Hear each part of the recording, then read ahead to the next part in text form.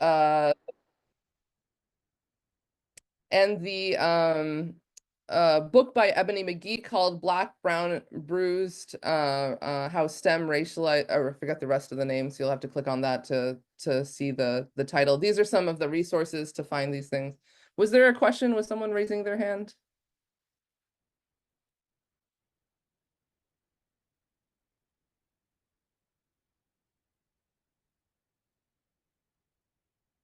Okay, no problem. We all mostly learn from our mistakes. So I want to play a clip from YouTube. So let me see how that's gonna work. Something is a little off about the size of my screen, but I think it'll be okay. I don't know, I just need to make sure you can hear it once I start playing. So please let me know. There's audio to this. This is a clip about from Ruha Benjamin, who's a professor at Princeton University, on imagination. This was a talk on March 4th, 2024. So about 11 months ago. And I'm just going to play a little clip. So let's get started. About 15 years ago. Can you hear? Can someone? Yes, I can hear. When I took my first job as a professor, trying to learn everything I could about teaching, because somehow they don't teach you that in grad school, I came across a famous study conducted by NASA that was focused on creativity. The researchers were interested in measuring the capacity for what they called divergent thinking. That is the ability to see beyond what's right in front of us and come up with many different ways of looking at a problem, thinking of solutions. So what they did was they followed 1,600 children over many years, giving them a creativity test that was initially designed for NASA recruits. And the results were shocking in that 98% of 5-year-olds fell into the genius category for divergent thinking. More shocking still was that each year, the percentage dropped until only 12% of 15-year-olds and 2% of adults exhibited this creative capacity. In other words, our inherent genius is schooled out of us. The very place we should be able to go to incite our imagination is the place where it's routinely squashed, ground down, standardized, not inevitably, but predictably. And it's not just individual students who suffer, but society as a whole. So what if we took imagination seriously? Not as a flight of fancy or something reserved only for self-proclaimed artists, but imagination as a resource, a muscle, a capacity. How might the power of our collective imagination begin to transform the world around us? So to explore these questions, let's try a little exercise. We'll break the room in two. So people who think you're in the middle, like in the middle, put your hand up. If you think you're in the middle, okay. So put your hands down, put your hands, okay. Yeah, you keep in the middle, right? Okay, so everyone on this side of that middle row, your catchphrase is be bold. When I point to you, I want you to say it like you're trying to shoot me up into the air, all right? Everyone on the other side of that middle row, your catchphrase is get real, all right? And I want you to say it like you're trying to flatten me into the ground, okay? So let's just practice, ready? All right.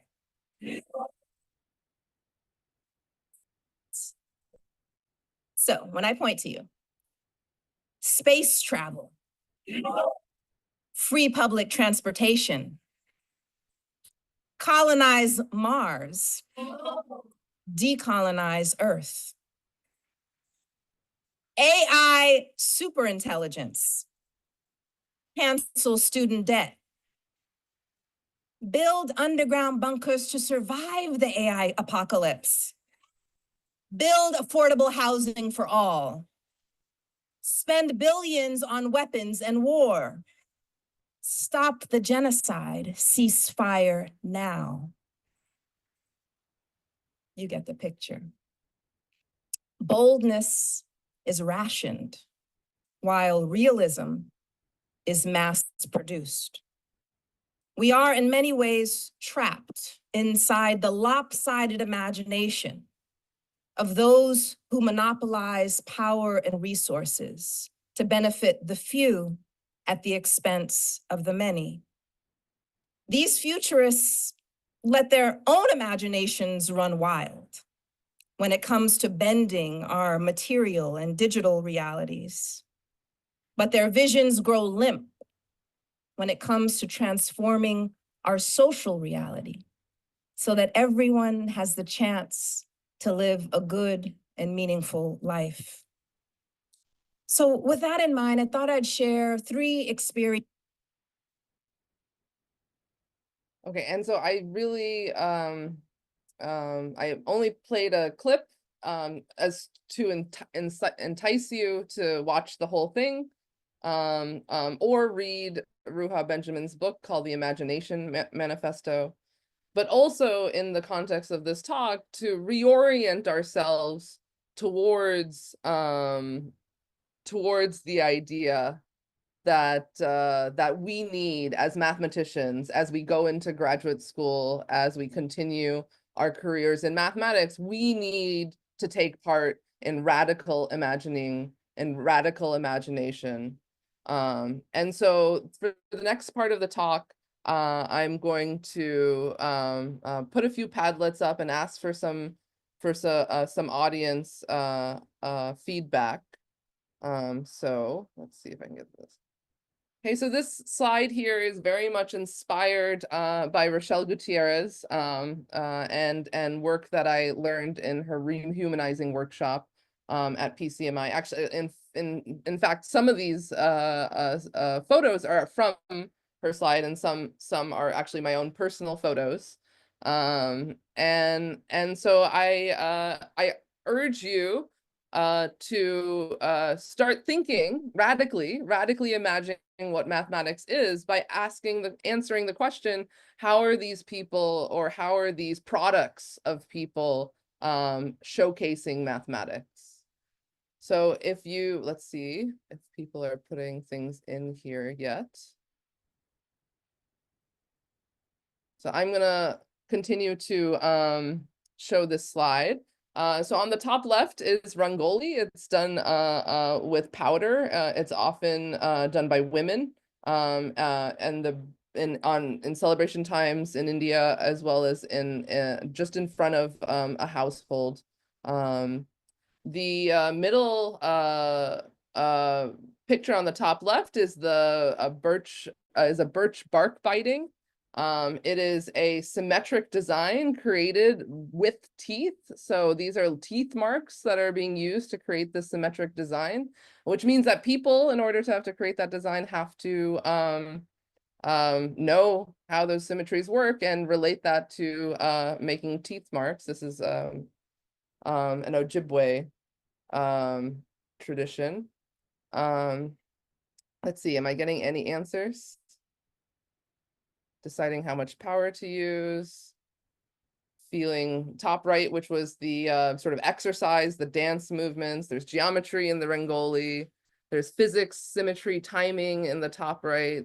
So we're starting to see what we think about the photographer as part of the top right image.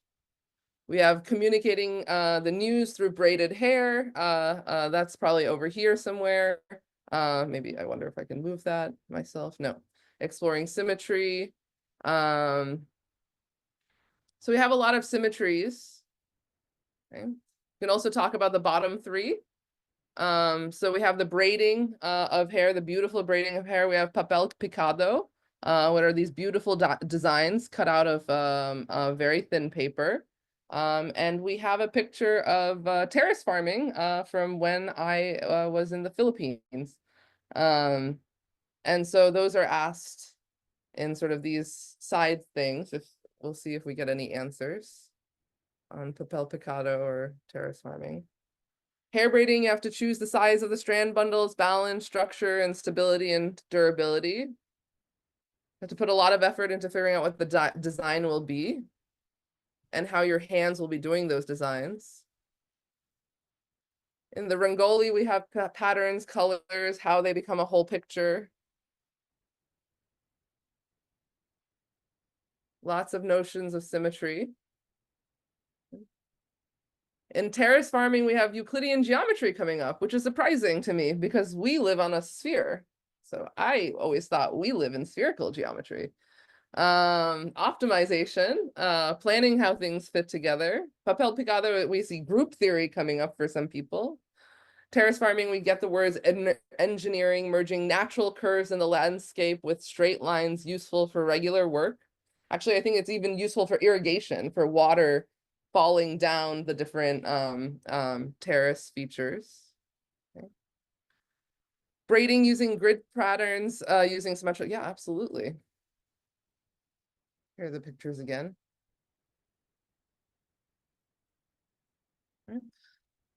So, I mean, this hopefully, I don't know if this feels like radical imagining already, but we're trying to understand how everyday people are mathematicians. I think how everyday people incorporate mathematics into their lives without publishing any papers, without refereeing anything. And that these are deeply cultural things that we can talk about from different parts of the world, different parts of the global South.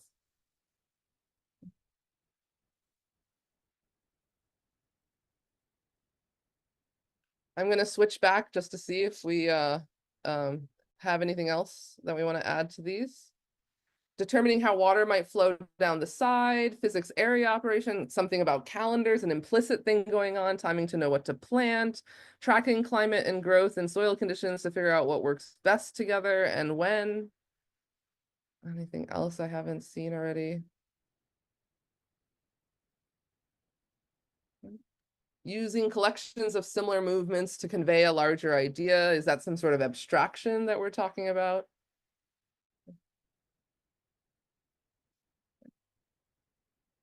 Papel picado. Yeah. Group theory, how do you cut? One of the things that's very true about everything on this slide is that it's all very tactile, it's all very motionful. Your body is doing mathematics along with your mind doing mathematics. We have a tendency to believe that mathematics is a mental thing. I don't actually know why the slides are doing the thing. Let's see if I can make it bigger. Is this helping?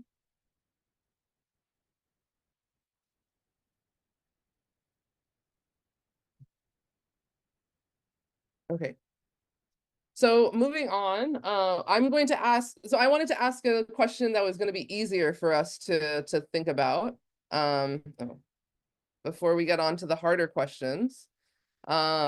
And so that was the first one that we did. But I want to be when we get to the harder questions, and the harder questions are the big questions, right? These are the questions I've been spending years thinking about. I know other people have been spending years thinking about. The big question before you even get to the Padlet is how could mathematics serve everyday people? Okay. And so just to be very, very clear about who people are and how we're framing people, I want to be very clear about who are the people in mathematics for the people. And it's everyone. But when we say everyone, we have a tendency to forget a lot of people. In the US, I know, having grown up in the US, it has very easy to forget everyone outside of the US and Canada. And so because that is the context, that is the social context of which we are doing mathematics or thinking about these questions, I will say the answer is everyone, but we're going to center on particular groups that must receive a particular focus, given the historical oppression that they face and because they are most dangerous to empire. Okay.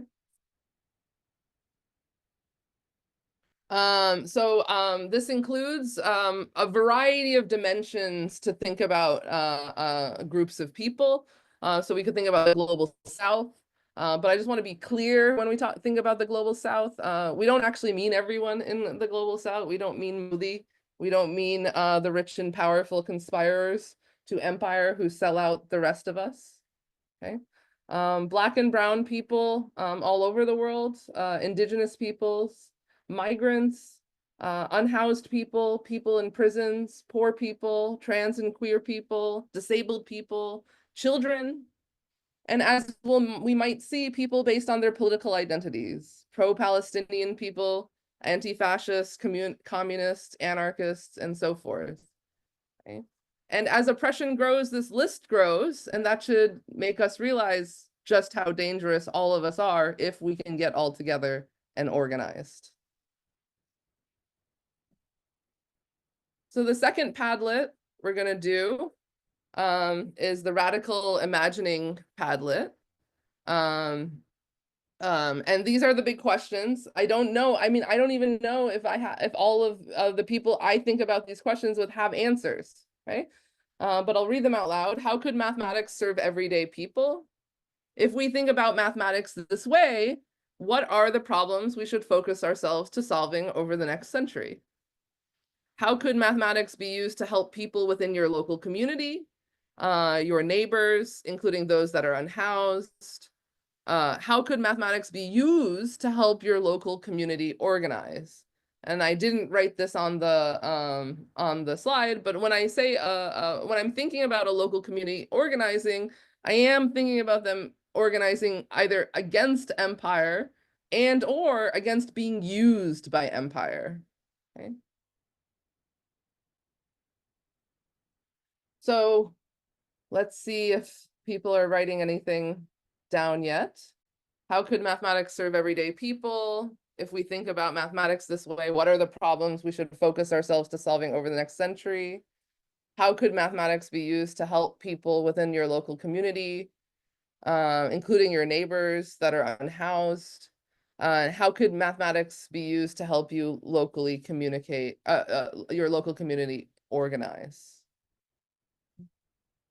And these are, I want to just be very honest. These are really, really hard questions. I've been thinking about these for at least 2 years, and I don't know if I have the answers.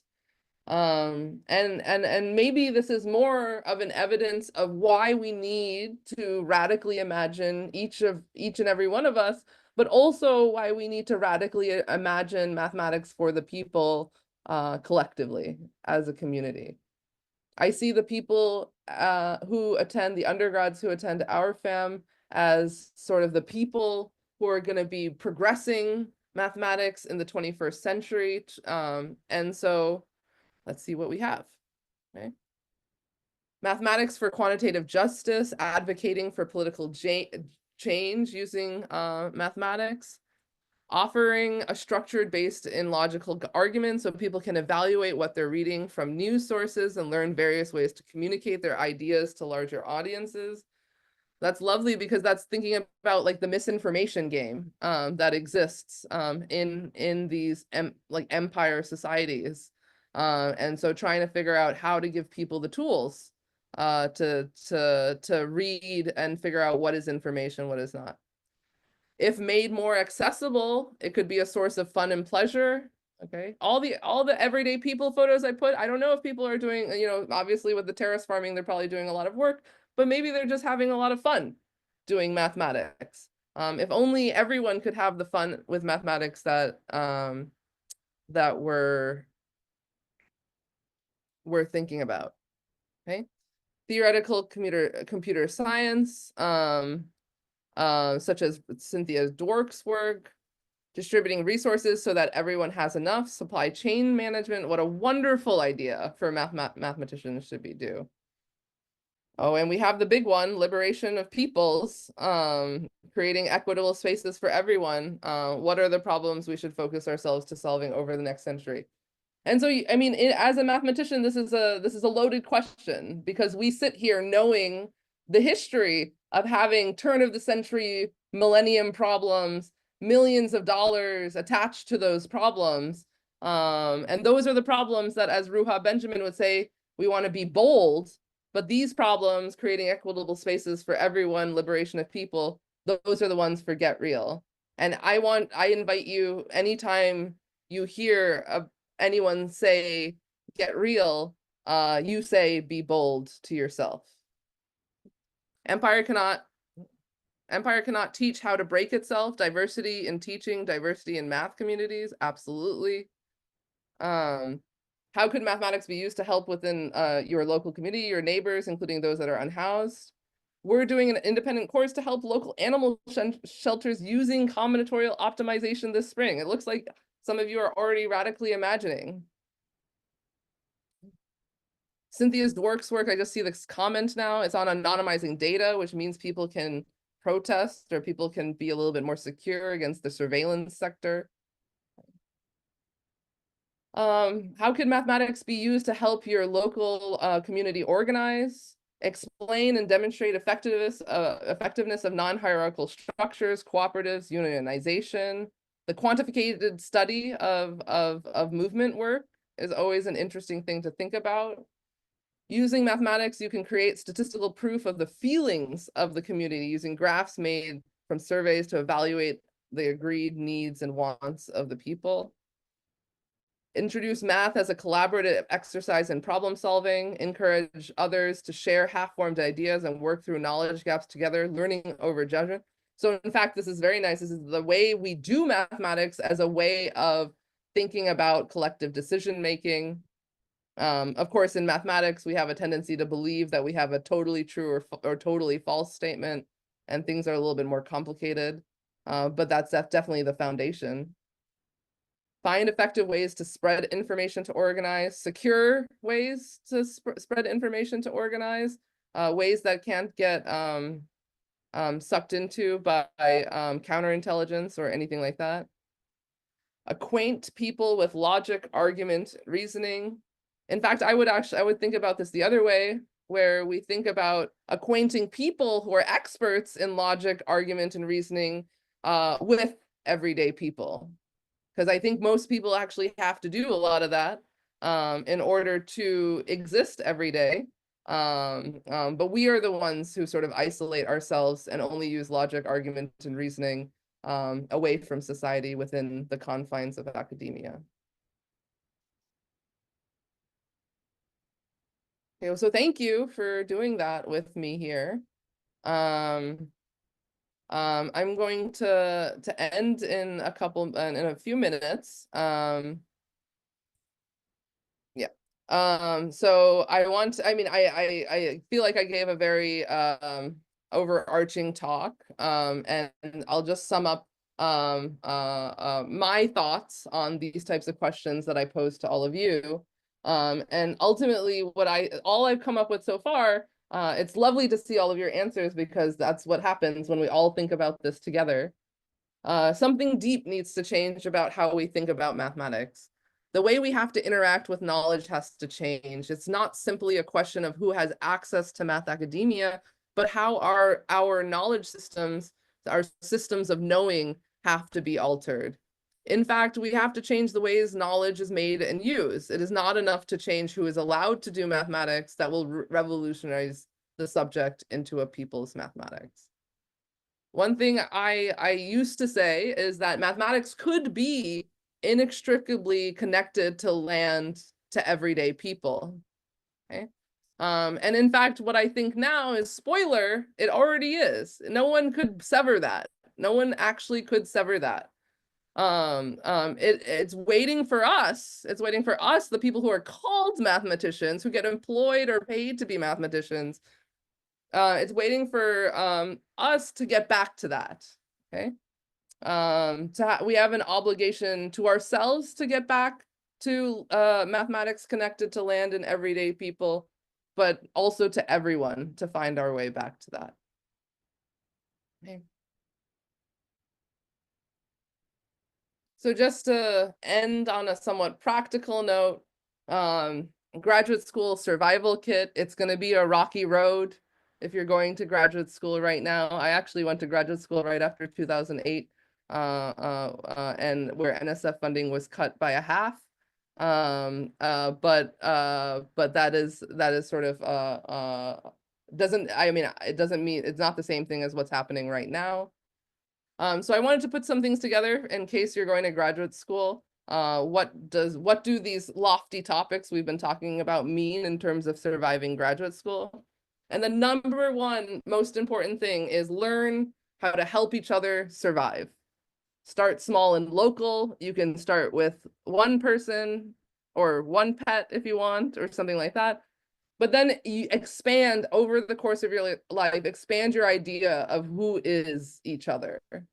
It's not just mathematicians. It's not just your department. Okay? So in my opinion, to survive graduate school, these are the things you need. You need to do some organizing. That's maybe not for surviving grad school itself, but surviving everything afterwards. You need to disconnect your self-worth from your academic importance. That will only lead you to serving empire. Most importantly, you need to find community. You need to find community, and not the community is not all, everything that's called community isn't community. Just that's an overused word. I wish there was some other word we could use, but then that would be taken as away from us as well. Find community inside and outside of mathematics, and inside and outside of whatever school you are going to. Okay. Their community, we do not want to continue this idea that academia is isolated. And so that involves you figuring out ways to not isolate yourself. Have some non-mathematical hobbies, and not just the hobbies that make you more desirable to talk to by mathematicians, whatever you enjoy, whatever you like. And also find some mental health support systems. Grad school is toxic to your mental health. And so that is just something I wanted to state really clearly out loud. These are semi-practical. This is just me trying to be semi-practical, include with strategies for developing the tools necessary for collectively fighting towards a mathematics for people. I want to say that this takes seriously that you have to help each other survive. Things are changing in ways that we'd never expected. And help your neighborhood and community survive the US empire and imperialism in general. These are muscles that only develop if you exercise them. Okay? And then the final thing I'll say is that if you realize that graduate school and academia are part of empire, and in that framing they are part of your enemy, you might feel like a spy. And I just want to offer you that feeling and tell you what your mission is. So your mission, if you choose to accept it, is to collectivize, to fight the instincts of individualism and isolation. The hardest things about this is to figure out how to make decisions collectively. I'll just be very, very honest with you. Mathematicians are notoriously bad at this because, especially the ones who are proof-based, because of what we practice in research mathematics. We have this framework where something is true or something is false, so we don't actually have to figure out how to make decisions collectively. We rely on that. Similarly, we have this data, or if you're on the data side or the quantitative evidence side, that doesn't necessarily build all the skills for collective decision making. That is something we have to figure out as a team. Right? We can support the folks who are already acting on strategies for justice-centered mathematics. We heard some ideas in the Padlet about who those folks are. I'll tell you the folks that inspire me. The Just Mathematics Collective has a lot of campaigns and readings on their website. They have ideas about thinking about ethics as you move and navigate through academia. After sort of the Just Mathematics campaign collective has a campaign on the getting the NSA out of our mathematics communities. And so there's a particular campaign that I want to highlight. I'm wearing their shirt here. Oh my God, I'm blurry. Math Minus Militarism gave me this shirt at the JMM this year. It has a campaign to specifically get the NSA out of JMM. And I also want to just mention Our Fam. Our Fam is such a cool idea out of the pandemic, for students, by students, is where the most revolutionary radical thinking is going to happen. And we're seeing more and more ideas coming up in both the podcasts, in the chat and the Padlet.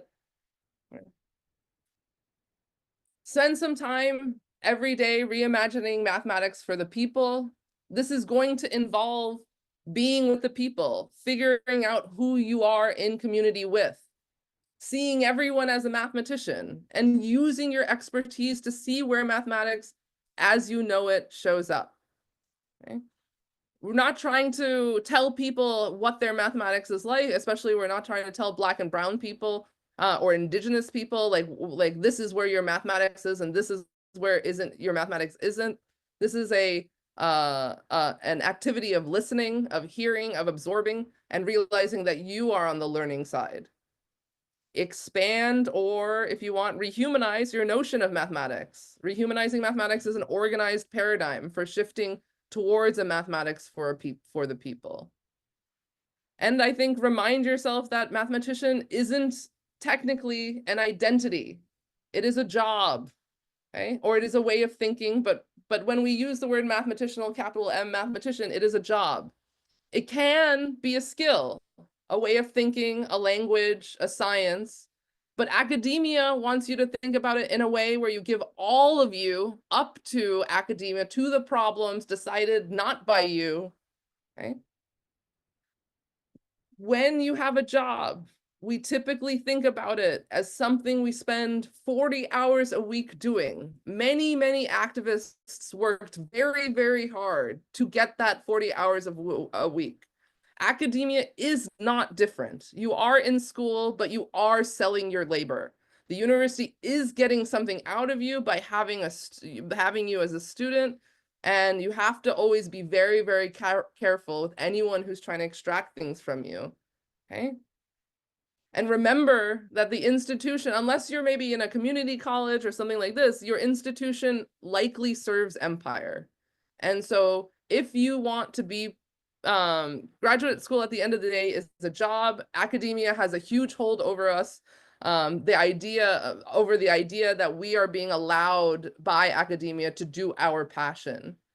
But at the end of the day, we are still selling our labor to a financial institution, not even an educational institution, with a sprinkle of school on the side that helps the military industrial complex of US empire function. So the punchline, I would say, of my talk is navigate graduate school with the intention of not serving academia and or empire, with the intention of dismantling academia and empire.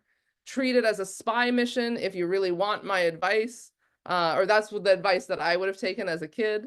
I hereby decree you part of the rebels, part of the resistance. Gandalf needs you, the Mockingjays need you.